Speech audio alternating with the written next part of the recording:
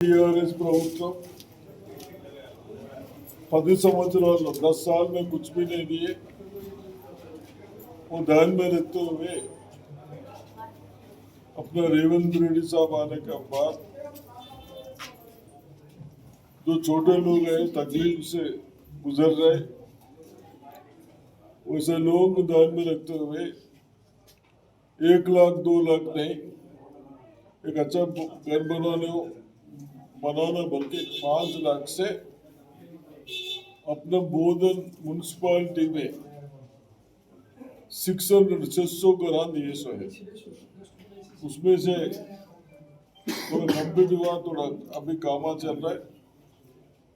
और रोडों के वास्ते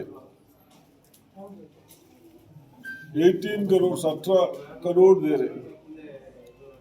ड्रिंकिंग वाटर एंड टैंक्स बनाने के वास्ते, वो एक बड़ा टैंक्स बनाने के वास्ते 60 करोड़ का काम चला रहा है। ये सब गए सो टीआरएस में कुछ काम ही नहीं हुआ। 140 कलवेटा अभी नया करना पड़ा। ये सब मैं आज बिरा रहा हूँ, टायर सब फिरे, हम लोग भी फिरे। फर्स्ट ड्रेन्स बना बोल के बोले, आप लोग बोल रहे ड्रेन्स बना लेंगे, ड्रेन्स के बाद रोड बना लेंगे। ये सब बराबर 1-2-3 महीने में कंप्लीट करेंगे।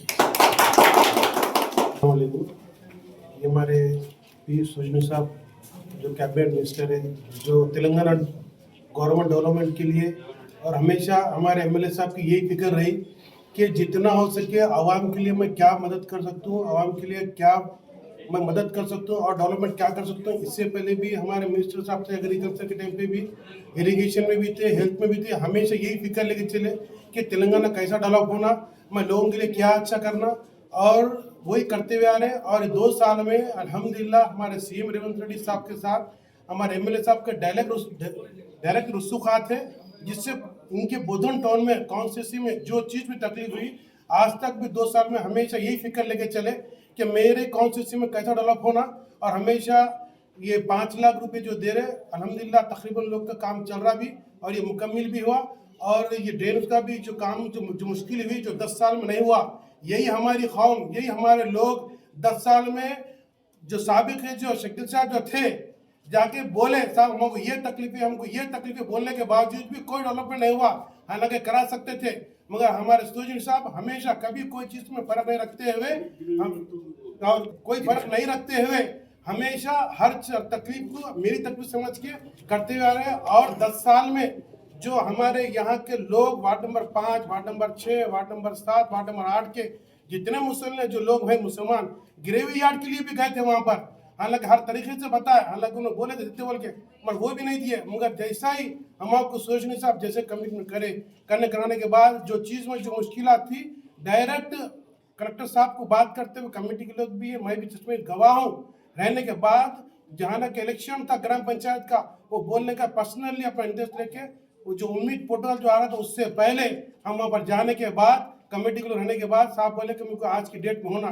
ये हमारे एमएलए साहब की कार्यस्थानी है। और ये 2 एकड़ 30 गुंठे जो जमीन है, आज का रेट वहाँ पर तकरीबन 80 लाख रुपये है। मगर 25 लाख 60 हज़ार रुपये दे के जमा करके लोग हमारे साहब जो ऑफिशियली था वो कराए। और हम जितना हो सका हमारे एमएलए साहब का शुक्र अदा नहीं कर सकते। और हमेशा यही बोलते हैं कि 5 लाख का कमरा बनूंगा। और ग्राम पंचायत के वो जो डिपार्टमेंट है, कौन सा डिपार्टमेंट, मंडल का, वो भी ऑलरेडी 500 मीटर का आगे मेजरमेंट ले लिया। मैं भी चश्मे गवाह में सामने, ये कमेटी के साथ में थी। इंशाल्लाह वही परसों गए थे साहब के बाद, साहब बोले कि थोड़े दिन के बाद वो भी दाना लगा दो। तो मेरा बोलने का मतलब क्या है, और करंट के भी कराते बोले, मेरे बोलने की वजह क्या है बोले तो, एमएलए साहब हमेशा से कौम के लिए, आवाम के लिए क्या अच्छा करना, हमको ऐसा ही नुमाइंदा चाहिए, हमको ऐसे एमएलए की जरूरत है। और जिस दिन अगर इनके हाथ मजबूत करते रहेंगे तो हमारा भी काम होगा, डेवलपमेंट भी होंगे। और एजुकेशन के लिए भी, आईटीआई कॉलेज के लिए भी हमेशा जब भी आते, देखो आईटीआई बच्चों को पढ़ाओ। ये मैं इनके सामने रहने की बोलने की बात जरूरत नहीं है। ऑटो नगर में जो दी यही हमारे एमएलए साहब कार्यस्थानी है। तो मेरा बोलने में कि हम कितना भी उनका शुक्र अदा करें हमारे लिए कम है। अल्लाह उनको और तरक्की दे, सेहत दे, अल्लाह उनको और दिन ब दिन कामयाबी अता फरमाए।